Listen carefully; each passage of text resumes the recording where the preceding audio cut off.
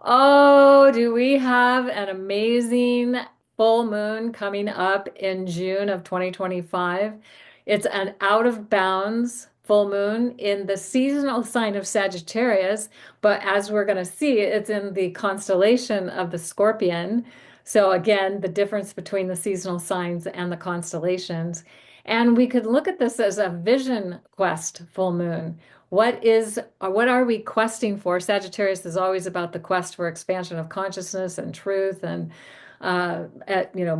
taking our mind beyond what it is that we think we know and into something new and amazing and it's a perfect time to do a vision quest because in the northern hemisphere it is summer, almost summer. This is the full moon right before the solstice. So this would be a great time to do some kind of vision quest if you feel inspired to do that. And it doesn't mean you have to go out and spend 4 days in the desert or on the mountain or wherever, but maybe just taking some time to be out under the sky and be with the moon could be a good way to activate that energy.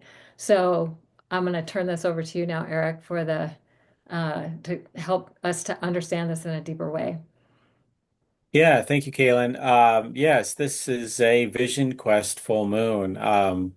Anytime you involve the sign of Sagittarius in this, we can think of the term Vision Quest because it is the questing sign, the questing archetype out there, the one seeking adventure, truth, and meaning in the world.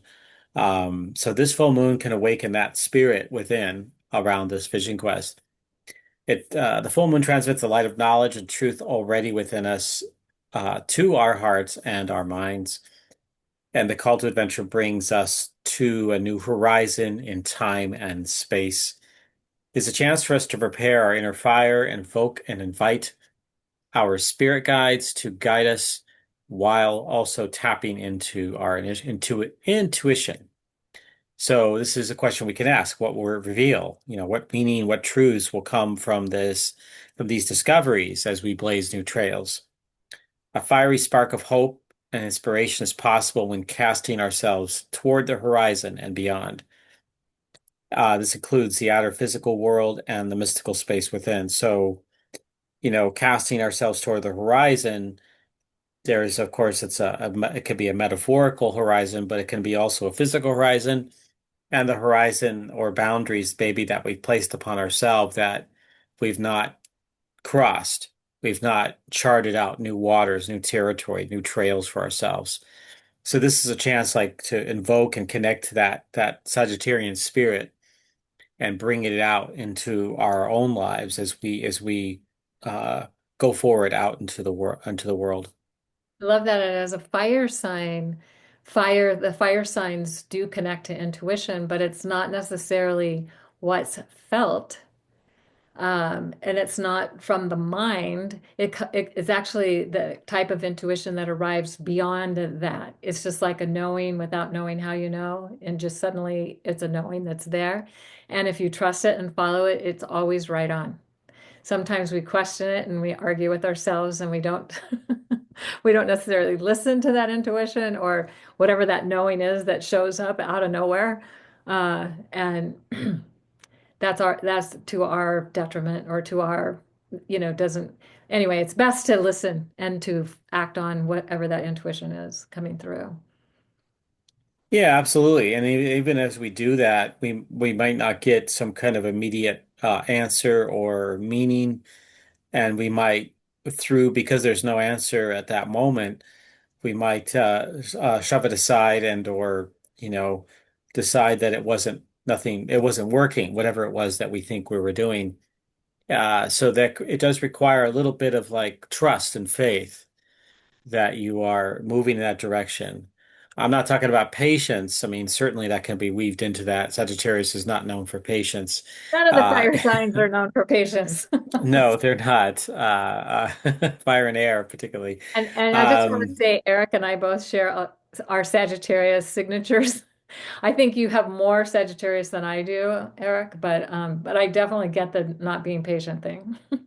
yeah, five planets, of course, in Sagittarius.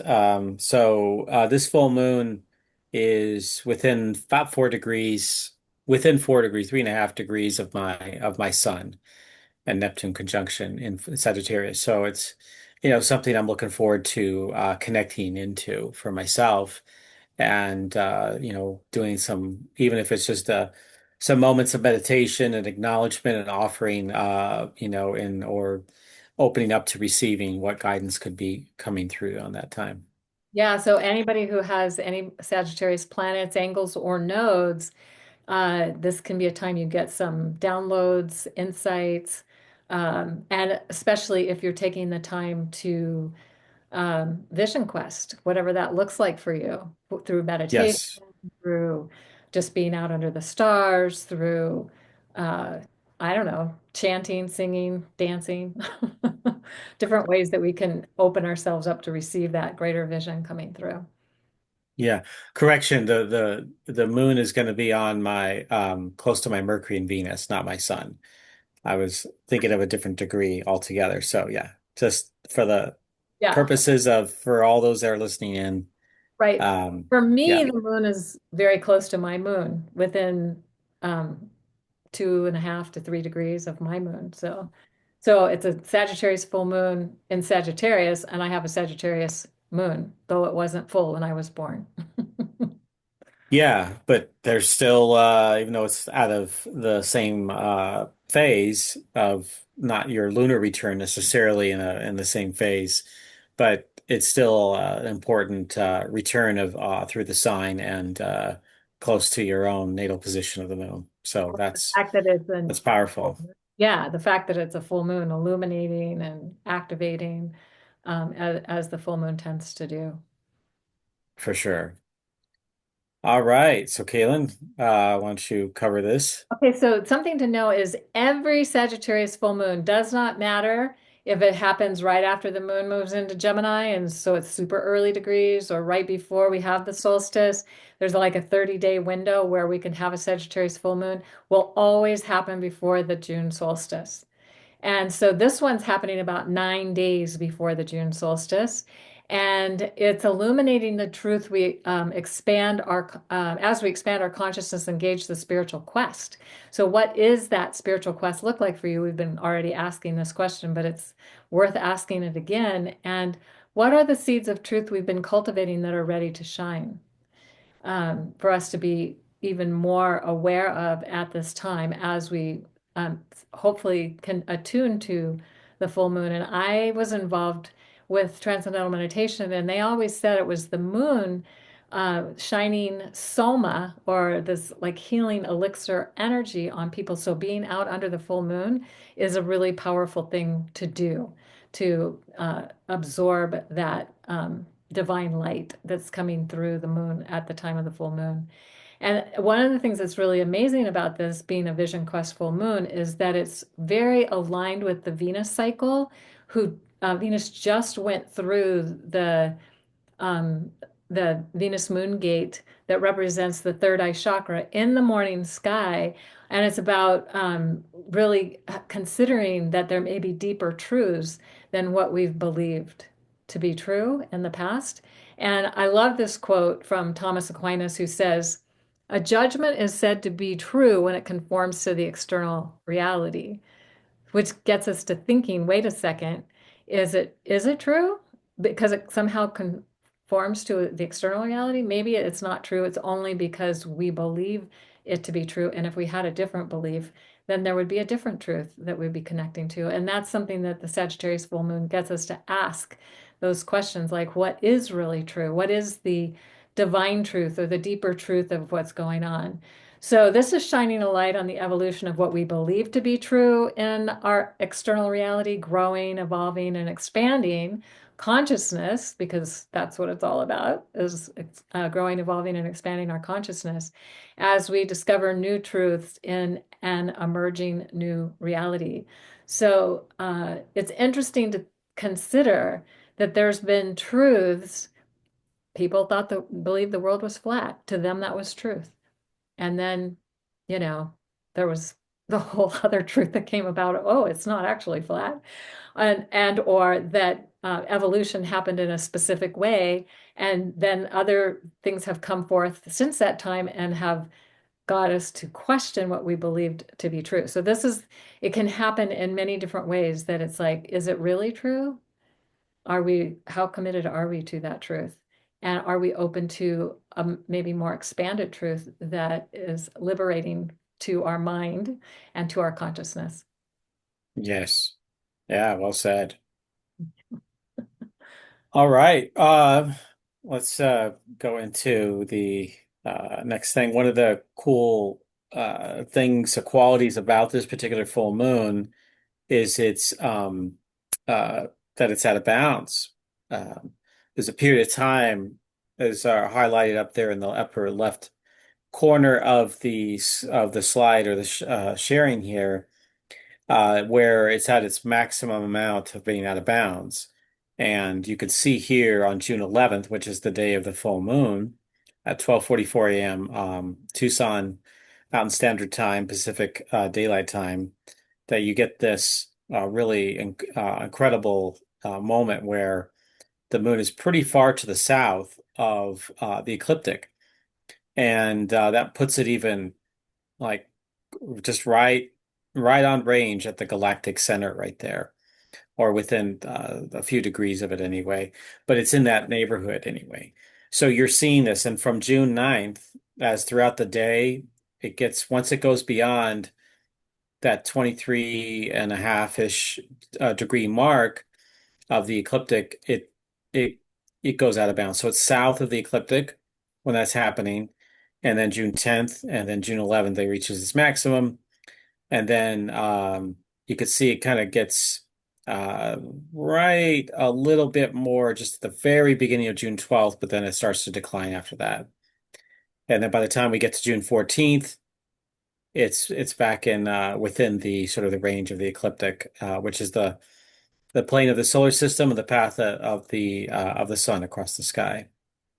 So And essentially, we so really have 5 days, or at least, like if we take the of the 9th and the 14th, it's not out of bounds the whole entire time.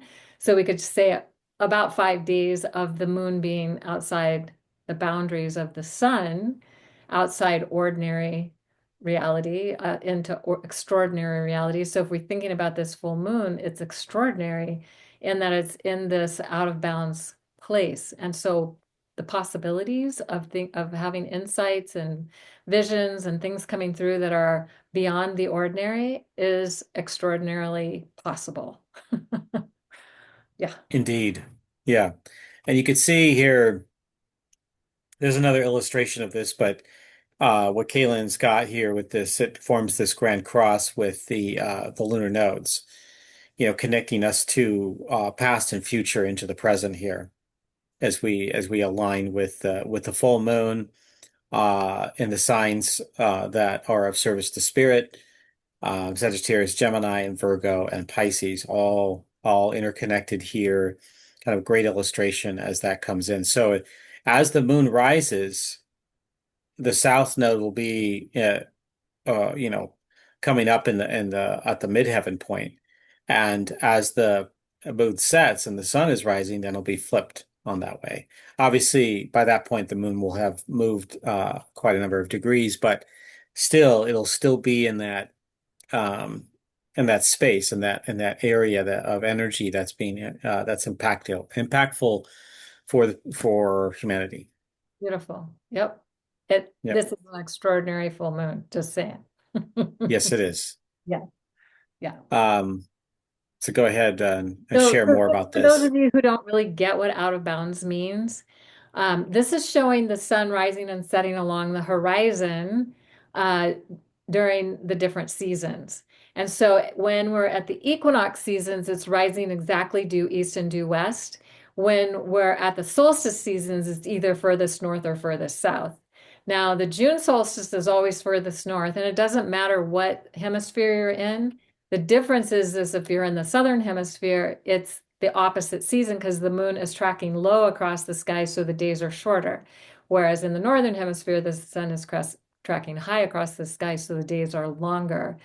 And then, so the full moon, that means then at the full moon, this in the northern hemisphere, the sun will be I mean, the moon will be tracking low across the sky. uh, as the sun is tracking high across the sky because it's opposite. So that's what a full moon is opposite the sun. So it's doing the opposite thing. And the sun can only go so far north and so far south. Only 23 degrees and 29 minutes north or south of the exact east or west point. But the planets can go out beyond that. And in fact, Mercury will be out beyond that on June 1st to June 20th, all the way up to the solstice. It's going to be out of bounds as well. So we can add that to the out of bounds, like the wild card factor.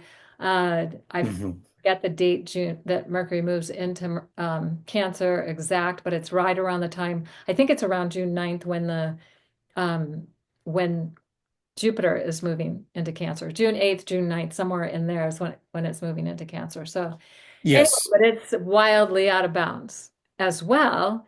And so we've got another factor that's telling us, how can we look at whatever's going on in a new way?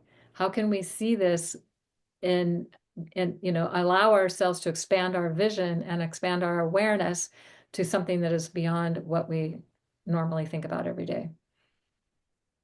Yeah, it's like a the moon itself, because it can go the farthest, well beyond what the sun does, and quite a number of the planets too.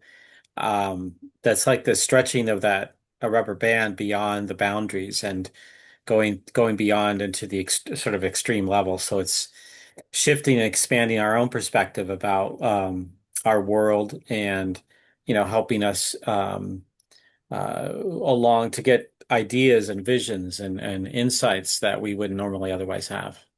And just something to keep in mind is that this can only happen when planets or the moon are in the signs of Gemini, Cancer, or Sagittarius, Capricorn. That it could go because that's where the sun is at its most extreme north or south. It's in those signs. Yes. So that's it. That's when these planets can go outside the boundaries. And so if you have something in Aries or Libra, it's never going to be outside the boundaries. So it's at the center point of everything. So yeah, just something to keep in mind as well. And this wild card factor, it's like we don't know, it's unpredictable. These energies can be quite unpredictable and can maybe disrupt what we know so that we can expand our sense of possibilities and is what is true and what's not true, especially in a Sagittarius full moon that's outside the boundaries. Absolutely. Yeah, well said.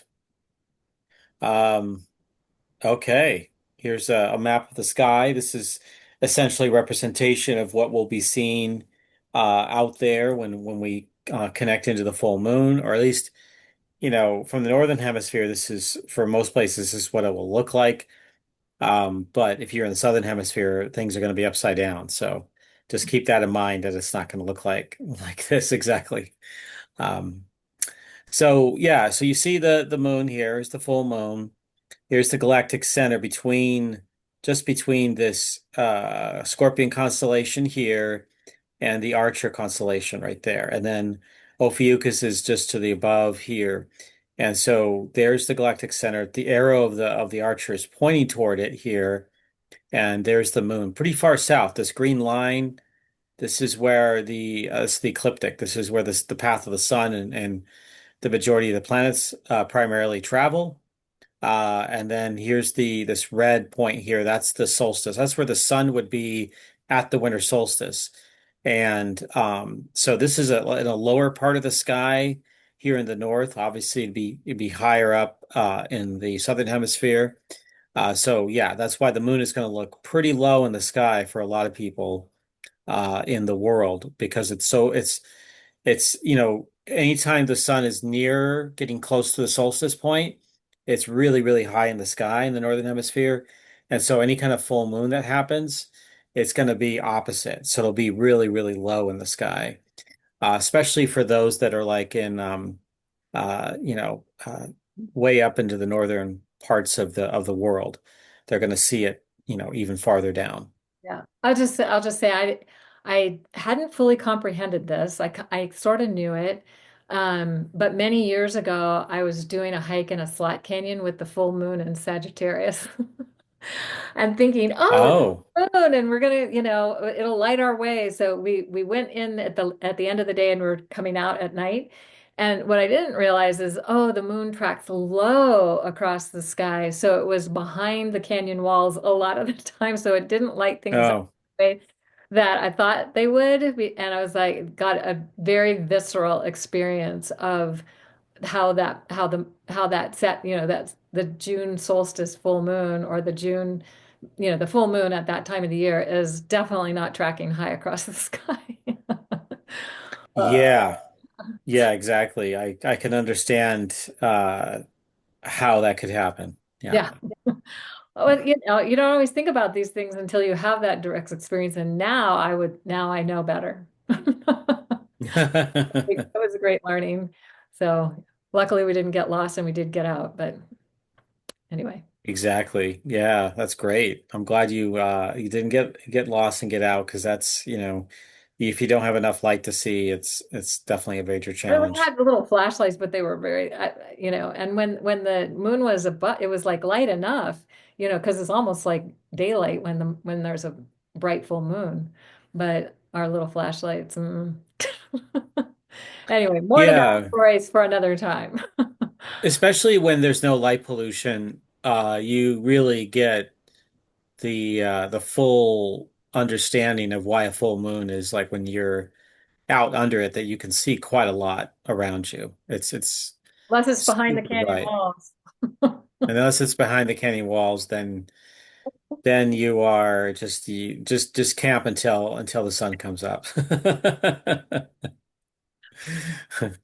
All right. Here we go. So, Kaylin, shall I talk about this? Yes, Yeah. of course. Okay, so this is just an expansion of what Kaylin shared a couple slides ago about the chart. So I've got it illustrated here on this chart here where the galactic center is currently at this time, 2711 Sagittarius, and the galactic attractor are Great is attract. right there at 14 degrees. The Great Attractor, sorry. Okay. I mean, you can call it the galactic attractor, I guess, because it's attracting galaxies. So. Attracting the galaxy to it. So yeah. Yes, yeah, and other ones too, including ours. So yeah, so you can see how close they are. It's really interesting that they're only 13 degrees apart. And see, there's the moon right between, like sitting right in the middle of that, the midpoint between the attractor and the galactic center there. So that's really special. And in this kite formation, it kind of draws the attention or the focal point to where whatever that point of the where it's like the narrowing of the kite. And so this is where the full moon is. So it's really like the one that's kind of holding all the energy together for the rest, which you could see here in that grand cross that Kaylin shared too. I've got that yellow highlighted with the south node in Virgo, the north in Pisces. There we got the sun in Gemini, but then we've got Mars in Leo here at 26 Leo, and then we have Eris and Chiron at 25 and 26 respectively of Aries. So you're really getting that fire trine, that great fire trine, plus the nodes in the square, and then of course the sun being the opposite of the moon in Gemini there. That's really, really important. I've got all the different things that are listed right here and how this is adding to the specialness of this full moon, this out of bounds full moon here. Yeah, and kites are magical because you don't see them that often. One and two because it's activating also the trine. There's going to be an opposition always in a kite, but the trines and sextiles. So and if we think about a kite is usually headed up into the sky, right? When we go fly a kite. Yeah, there's some balance to this because it's you've got the sextiles to the sun. You've got the trine between Mars and Eris Chiron combination, and then you've got the opposition, of course, which represented by the full moon. So there's something really magical about that, and of course the trine of the moon to Mars, the trine of the moon to the Chiron Eris combination. So there's Iron something really Eris balanced, but Mars. also also, strongly active with all the fiery energy. yeah, Go that ahead. creating that grand fire trine, which is like representative of a mastery in the element of fire. Yes.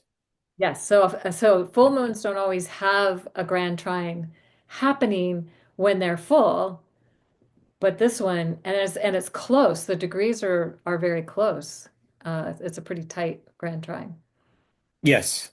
Yeah, absolutely. So yeah, that's what we'll be experiencing. And even when the exact full moon is passed, um, on the 11th, we will still throughout the day on the 11th of June, 2025, be experiencing a lot of that energy as it completes its trine,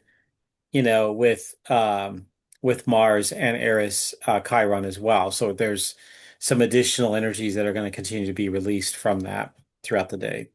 Yep, definitely. This is, as I like to do with new moons and full moons, I like to look at the Sabian symbols of this. And as we've been doing in this series of full moons, for those that have especially have been watching these episodes here of that. So this is because the full moon's at 20 Sagittarius, the Sabian symbol is 21. And so the symbol is written through in Linda Hill's book, Sabian Oracle, which is she gets from in her sort of reconstitution of what Dane Rajar and Mark Edmund Jones and there was another person involved. She was Mark's wife, I think, that her partner. She was also involved in creating the Sabian symbols. Anyway, it was all really powerful. So each degree on the 360 degree wheel is symbolic of something. And so this happens to be a child and a dog wearing borrowed eyeglasses as the symbol here. So the keywords include emulation leading to actualization. So vision coming into matter. The rewards of make believe, having fun, dog obedience, classes and training, like training a dog to connect. So pantomimes, dealing with life through play and fantasy, difficulty in understanding each other. So there could be this sense of like, yes, there can be a challenge. Like, do we really understand? Are we talking the same language here? But how we have perception of each other, spontaneity or spontaneous and carefree activity. And I mentioned having fun, which she writes cartooning and clowning, and then having the eyes to see, and glasses of all kinds. I like that one, having the eyes to see. So it's like this through play.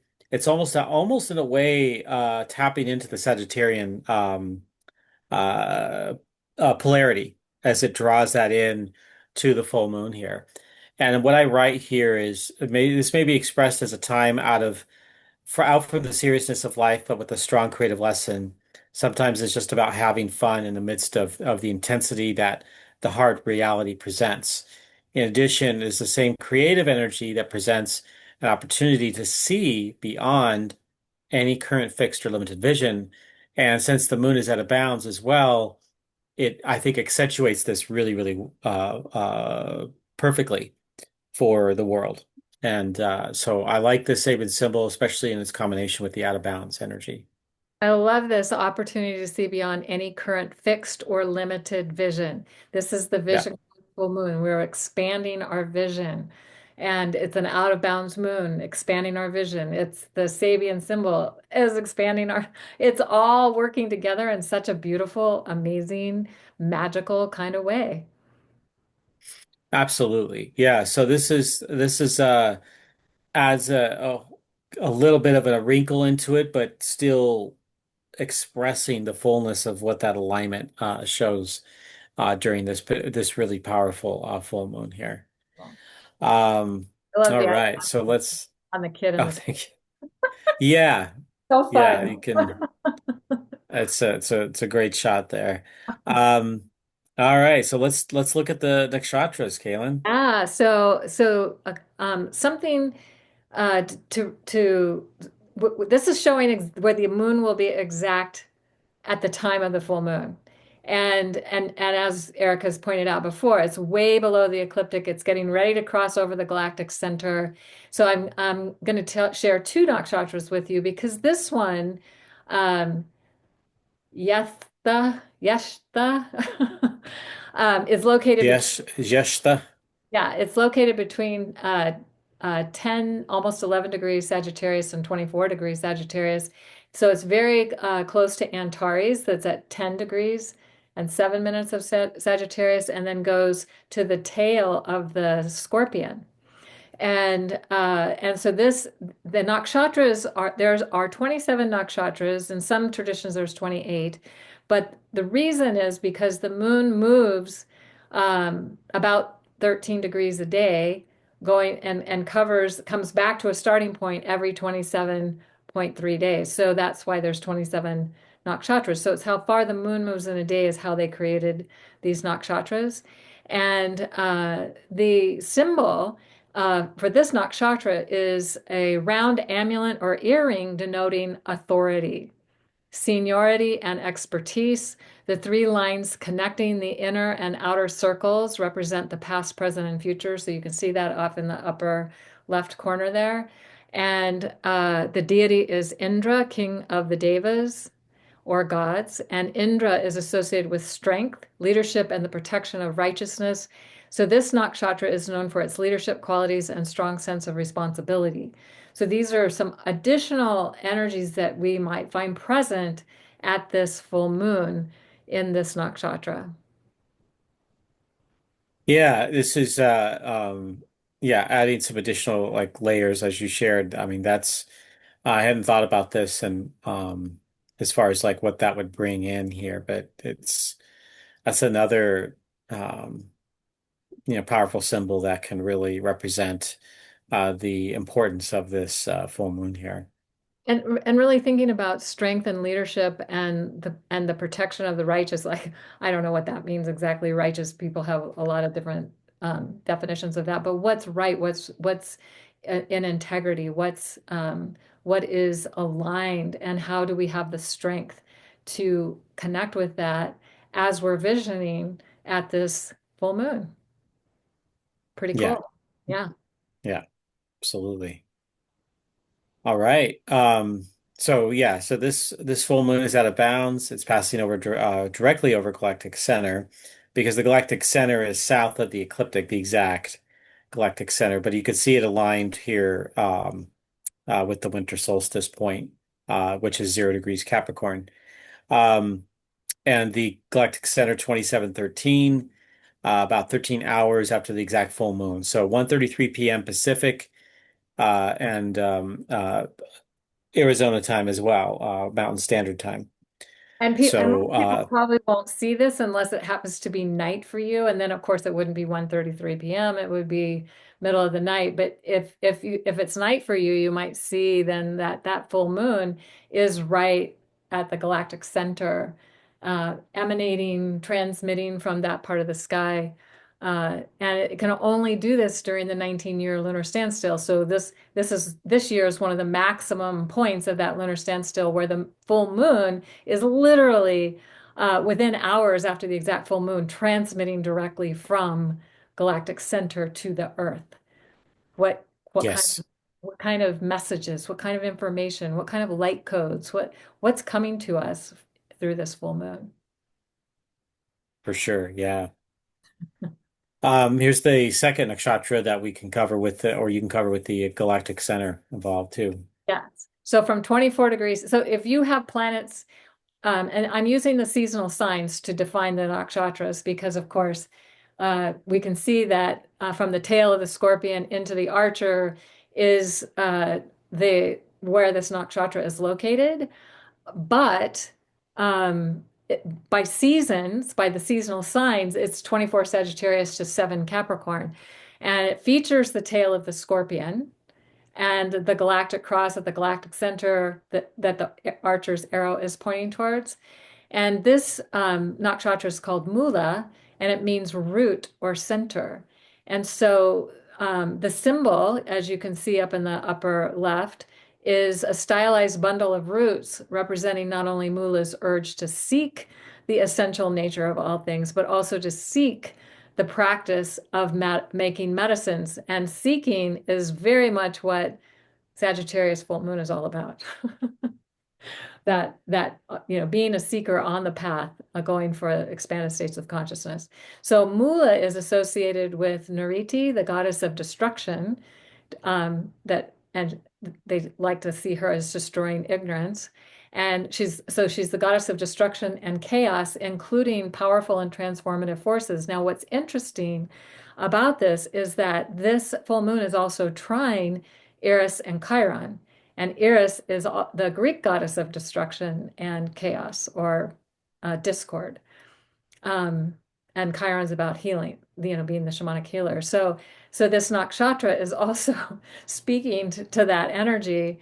And so she's the feminine form of Rudra, the god of storms and destruction, and she is linked to the tide roots, symbolizing the foundation and core, digging deep into the origin of matters, linked to the banyan tree, a symbol of strength, resilience, and longevity.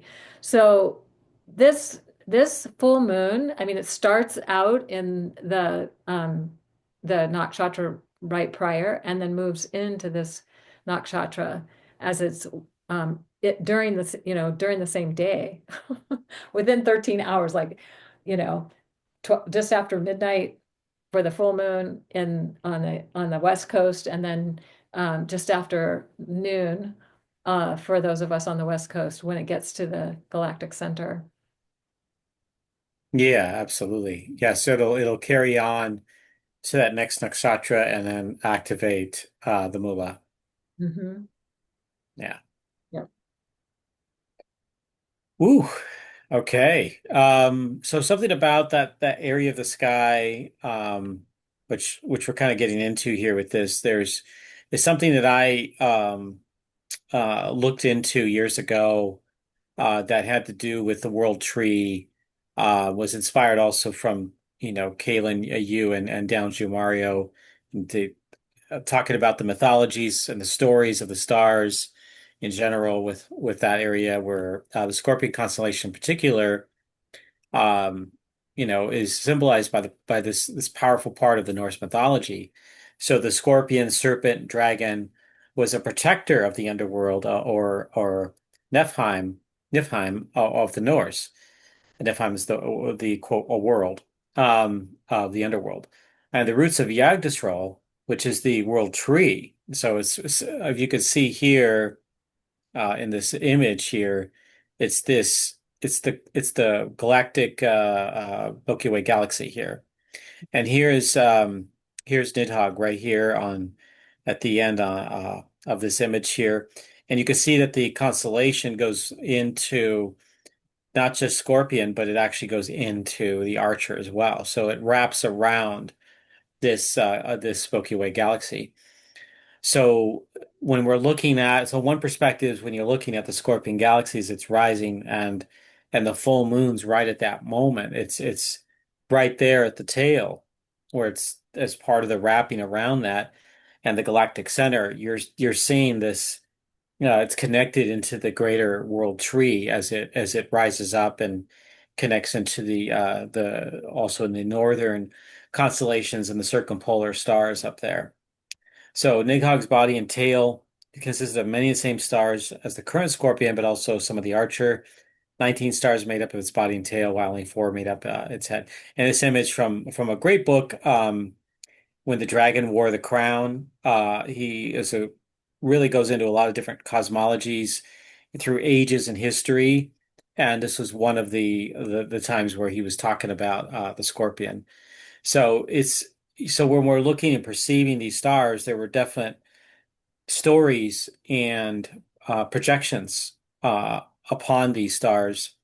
And another one is like I don't know if we're talking about it during this, but the Scorpion is Maui's fishhook as well, from the Hawaiian traditions.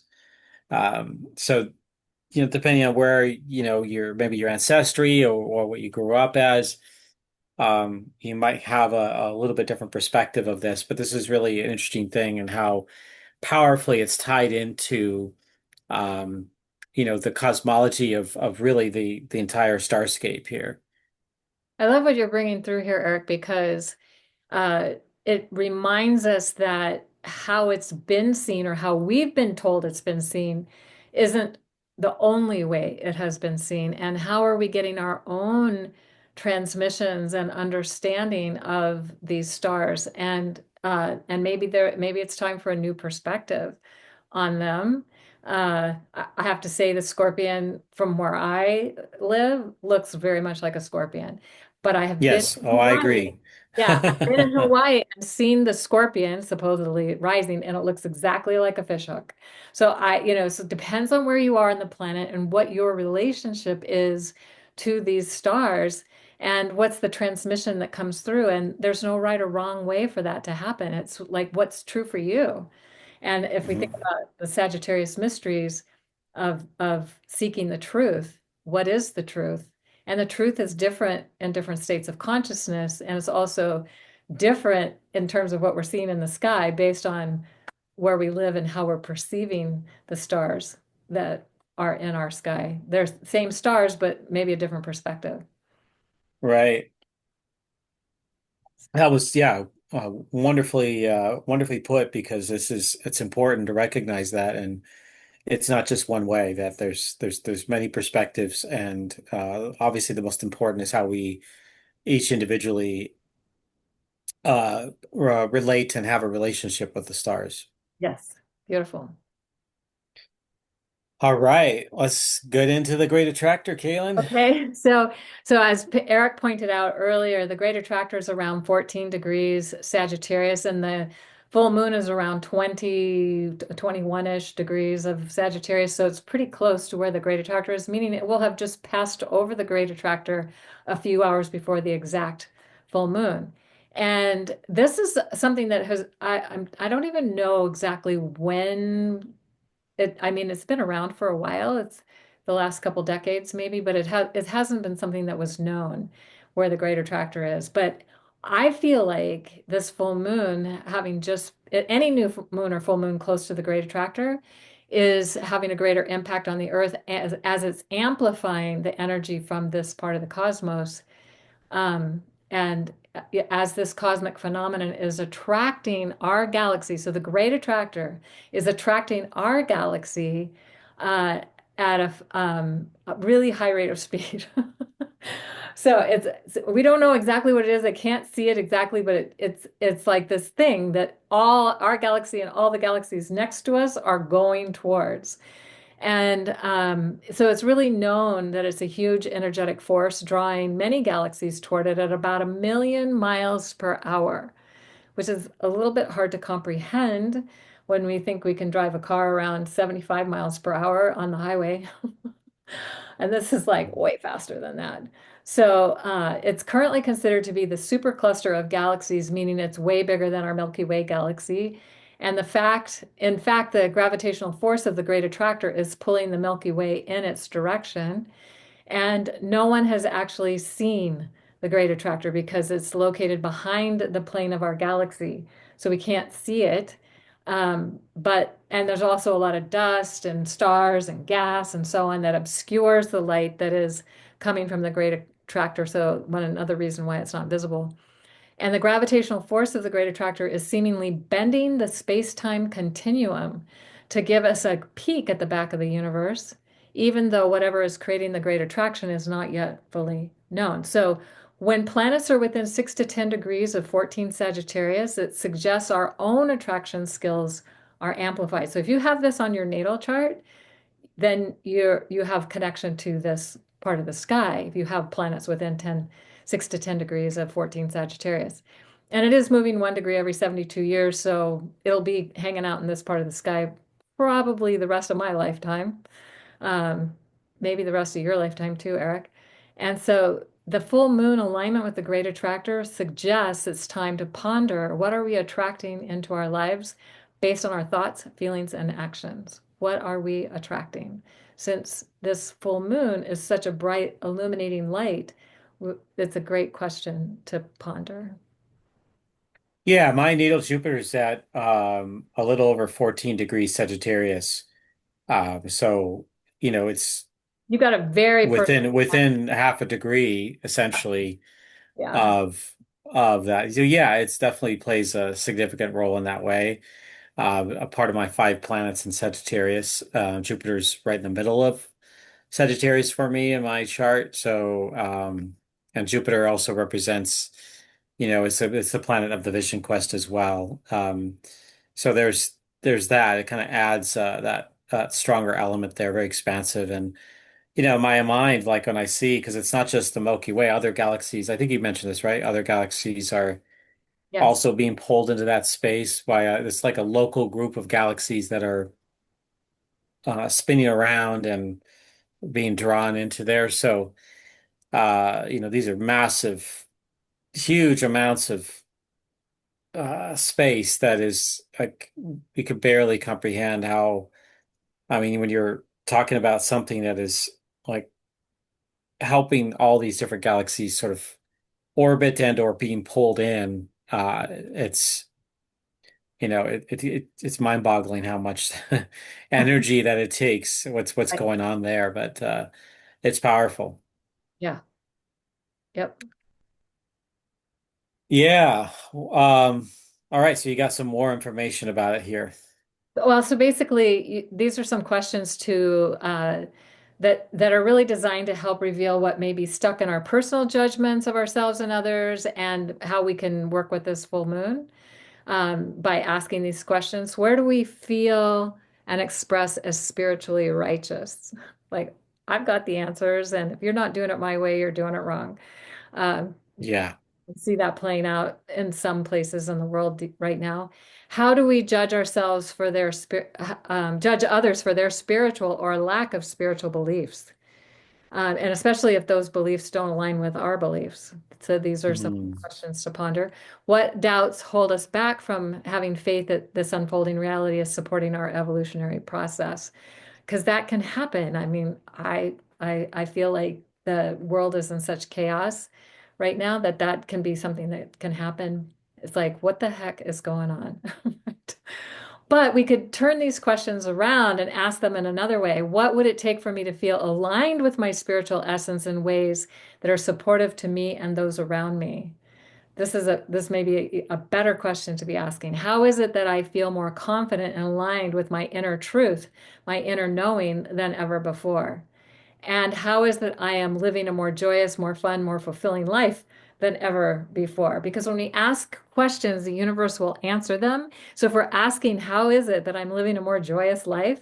The universe will answer that question for you.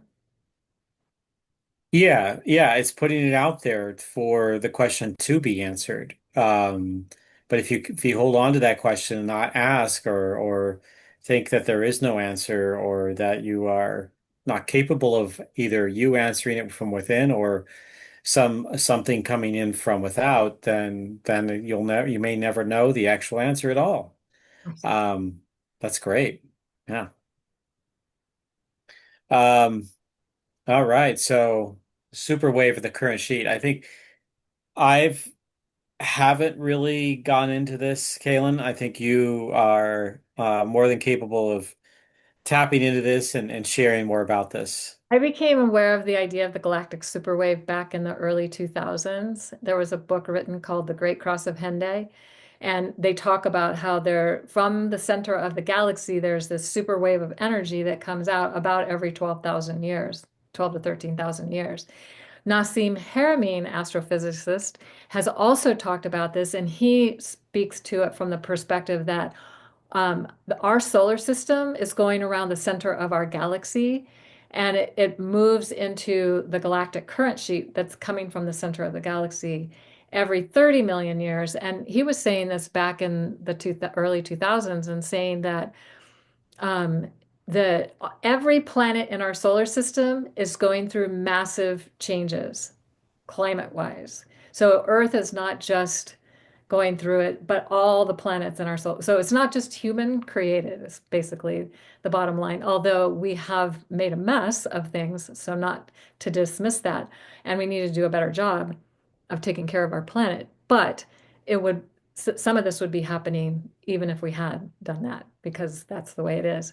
So, geologist Greg Braden and also geobiologist Rory Duff talk about this, and Rory Duff specifically says what he has observed is we are moving through the galactic current sheet, lowering the Earth's magnetic field. And that means our galactic center is extremely activated, especially when the out of bounds moon is crossing it. Since we're already in the galactic current sheet, the moon is a transmitter. It's sending this energy to us and it's getting amplified by this. And so, this is why our bodies and the Earth are experiencing massive waves of the galactic cosmic energies. And the yellow dotted line in the bottom image here is showing the path of our solar system or the galactic current sheet, I'm sorry. And then the green line is showing how our solar system rises up above and drops below that line over time. And we happen to be in the phase of that cycle where we're in alignment with the galactic current sheet. Yes. Yeah. Oh, absolutely. I have actually, now that you talk about this, I have heard of these. There was other astrophysicists talking about this as well. Mhm. And some of them don't really know, you know, what the impact is. And, Well, you know, nobody alive has ever lived through that before because it's been a really long time. right, because it takes millions of years to get to that point. And then once we do, then it's, we're not in it for too long, right? It's just what did you say? It Uh, was just a few thousand at least years or hundreds something? of years or Oh, thousands. hundreds of years. It's a long Okay. time. The next slide, I think, is going to tell us a little more about that. Yes. All right. So Great. basically, this is it. The galactic current sheet is an electric field that ripples out from the center of the Milky Way galaxy. So when the moon is passing over galactic center, essentially occulting it, it is it is amplifying and sending those energies directly to Earth at this full moon. So it's amazing. And it covers hundreds of millions of light years with a thickness of about 20 million light years. Now, what's interesting is one light year is 6 trillion miles or 9 trillion kilometers. That's a lot. Now, the Yeah. so these are some of the largest structures known in our universe. And the sun has a current sheet that the Earth passes through every 8 to 10 days. It's only Yeah. 6,000 miles, 6,213 miles, or 10,000 kilometers. And the Earth passes in and out of it for 2 minutes every 8 to 10 days. So this is something that is regularly happening. Whereas what's happening with the galactic current sheet is it hasn't happened in a long time and it's definitely activating whatever it's taking. So it takes Earth hundreds of years to pass through the galactic current sheet. And again, geobiologist Rory Duff, he was also a master dowser, a skill he learned when he was working for the South African Mining Company back in 1981. He says, forget climate change, forget any virus. These changing space conditions are in the driver's seat. This is what's really driving change on planet Earth right now. Yeah, I totally know that it's having an impact, and there's so much that we don't know about the interaction. Not just, I mean, even just with the sun itself, we don't have all the knowledge just on that. Right. Um, and then throwing in that there's also this massive sheet of energy that we are traveling through from that's emanating from the Milky Way galaxy. It's powerful. It really really is super powerful. So, everything's electromagnetic. A lot of things are generating electromagnetic fields, and they're having all these different kinds of interactions with each other, and it's extremely complex, and it definitely has an impact in weather conditions and so forth. So definitely is not just human caused. Yeah, definitely Yeah. not. Yeah. I mean, humans have caused a lot of challenges, but whatever. We've done some significant pollution to the planet, which has also altered a lot of the ecosystems, which also connects into the climate too. But yeah. So Rory Duff wrote this book called A Guide to Ley Lines, Earth Energies, Nodes, and Large Vortexes. So if you want more information, you can go check that out. But he's really been studying this for the last 30 years, and he's focused on tuning into the intersections of energy links, also called nodes at the seasonal points, and the ley lines of energy going through the earth that are often called dragon lines, ley lines, but he's was looking at six emperor dragon lines that were founded as three pairs in 2012. And they crossed each other in only six places, two in the oceans, the other four on land. And in 2017, something dramatic happened, and that was due to the huge increase in cosmic energy from Galactic Center and the Galactic Current Sheet. The Earth's energy lines, or ley lines, suddenly doubled in width, and three more of these Emperor Dragon lines appeared for a total of nine that weren't there before. It's like, that's how wild things are. And he says the source of these lines is galactic, and the center of our Milky Way galaxy is almost certainly one of the sources. So we're looking at a very real possibility that these energy lines are connected to events, magnetic field, plasma, and cosmic waves now being encountered as our solar system enters the galactic current sheet.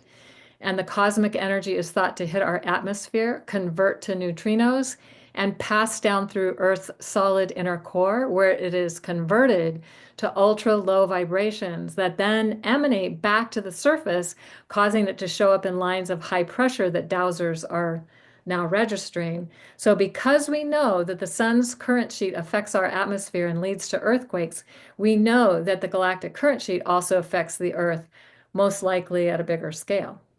So who knows? Yeah. Yeah.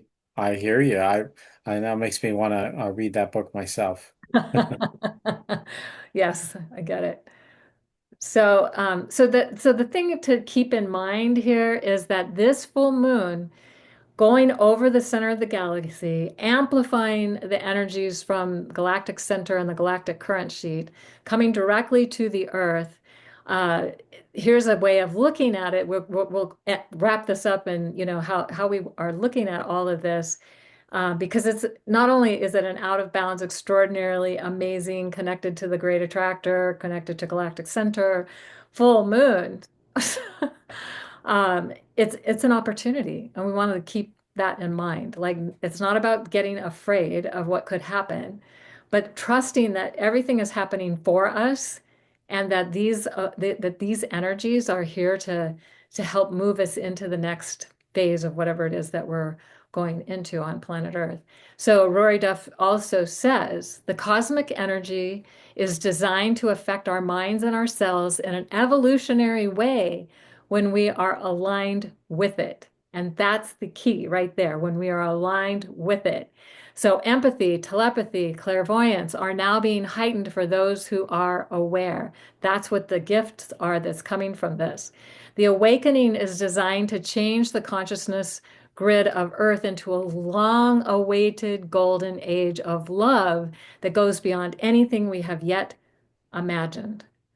This is the essence. So, like, we could look at it and go into fear and go, oh my God, the Earth's not going to survive, or there's going to be so many changes, people won't survive. Whatever it might be, we could have that fear reaction. But this is what the intent is. And this full moon and tuning into this intention and putting our attention on it helps to bring it into reality, helps it bring it into our more visceral experience. So that's the opportunity that we have.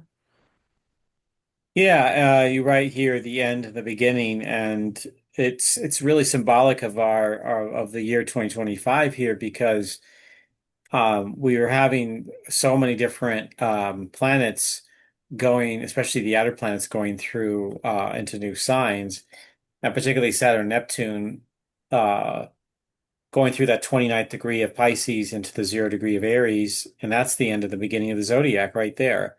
And so there's something in that potential that is also playing a role in the background of all that's happening here with what we're talking about. Beautiful. I love how you said that. So this is going to be a spectacular full moon with all the energies that are present. Not only just like there's the planetary energies, there's the moon opposite the sun itself at the exact full moon, but also the trines and the sextiles and the square the nodes, the destiny, the where we've come from and where we're going, all of these factors that are coming together with the moon going over the Great Attractor, going over the Galactic Center, amplifying the energies coming in from the center of our galaxy and our opportunity to enter that golden age. And especially, I like how he says the golden age of love, because that's what's going to change everything in the most positive and amazing way. Yes. Yes, I agree. All right. Well, So here's to a transformative full moon, everyone. yeah. Happy Sagittarius full moon and more full moon videos to come and yeah, we're gonna have this video as part of a continual series particularly on our respective YouTube channels, but also on My Star Alchemy channel as well. So tune into that and we look forward to seeing you next time. Bye, everyone. All right, bye.